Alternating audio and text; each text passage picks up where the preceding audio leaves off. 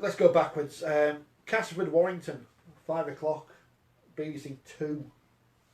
Are they all on BBC 2? I don't know. Yes. Silence. Me? You can if you want. Okay. Well, I'm going to stick my neck out here. I'm going to stick my neck out and go Yorkshire.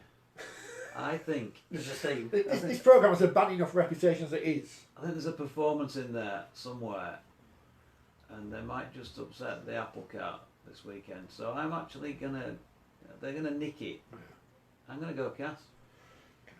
Cass to beat Warrington. I know. I'm up there for ridicule now. Sorry, but I mean, if Cass can hold them for long enough, they have a chance. But I just think that the way Warrington are playing at the moment, their record in the Challenge Cup of recent years, I've got to go with Warrington after what we saw this week. Two coaches who want to win silverware in their last seasons with the respective clubs. Yeah, I'm going Warrington, and be really interesting to see what happens at Cass if they do get defeated. Ryan Sheridan in charge for the end of the season. Well, Leigh Rafford could come in tomorrow, couldn't he? Good. I just want to see Daryl. But I would love to see Daryl go out in where the work that he's done at that club. Wearing the lid on his head. Get rewarded. I mean, I don't know Daryl really, really well because we don't get to know that many people that really, really well doing our job, do we? But the Daryl I know from doing interviews with him, and yeah, great. He's always great, cooperative, and I just love to hear his dour played down of we got to the final and just I think that the other thing is when you look at the semi-finals, there's one club who haven't had their name on the cup recently, and one thing this sport does need are new names on trophies, and that will be Cass. I mean, the good news is with that Castleford Warrington game is you can go home and be home in time for Daryl's presser. So sometime on Sunday morning. I mean, he could do a Naomi or something. He's been good. He was good on Friday night. He was good. He was good. Castle banned me from their press list next. Warrington. Anyway. Warrington for you. Warrington.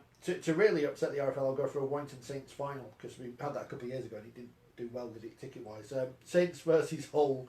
I'm going to go with Saints because I'm just going for the easy ones, mate. I don't go for anything else. Warrington. They've got not a great record against Saints, have they, over the years? I know they've nicked one or two, I seem to recall, but often it's been a case of they've not played.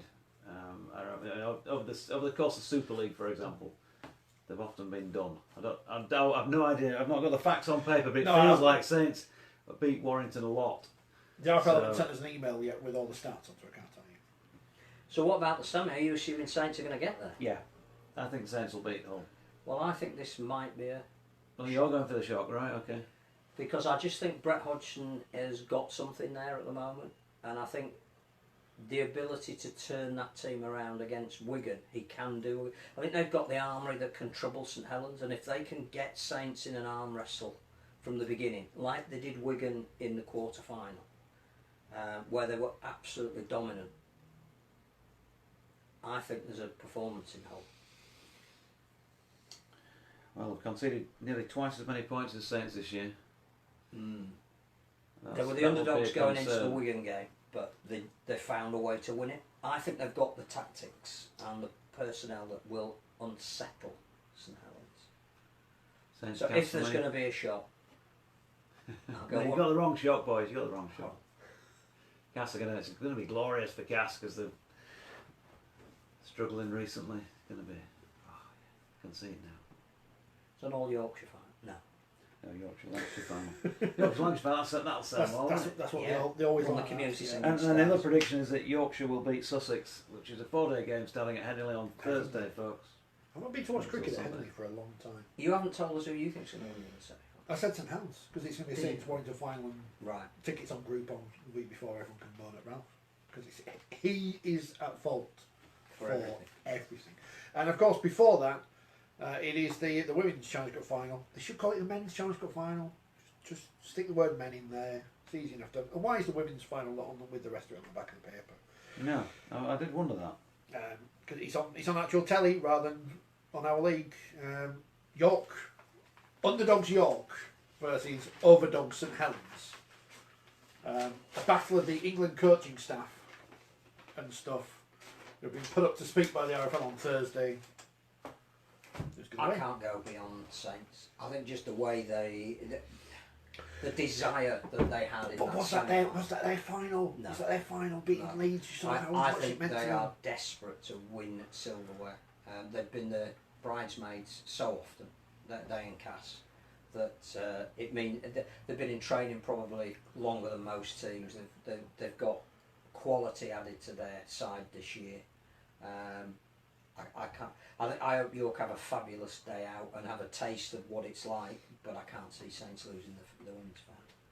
Snap. They always tip St Helens, don't they? And then They always lose. And then Leeds win. Well, that ain't gonna happen. No, they can't. No. What if Leeds will dominate the TV? I'm sure they will. Probably. I suspect our friend may well be part of the team. You know, you'd hope so, wouldn't you? Yeah, absolutely. I'm not supposed to. I hope I expect it.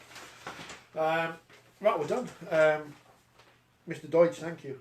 What's your podcast called?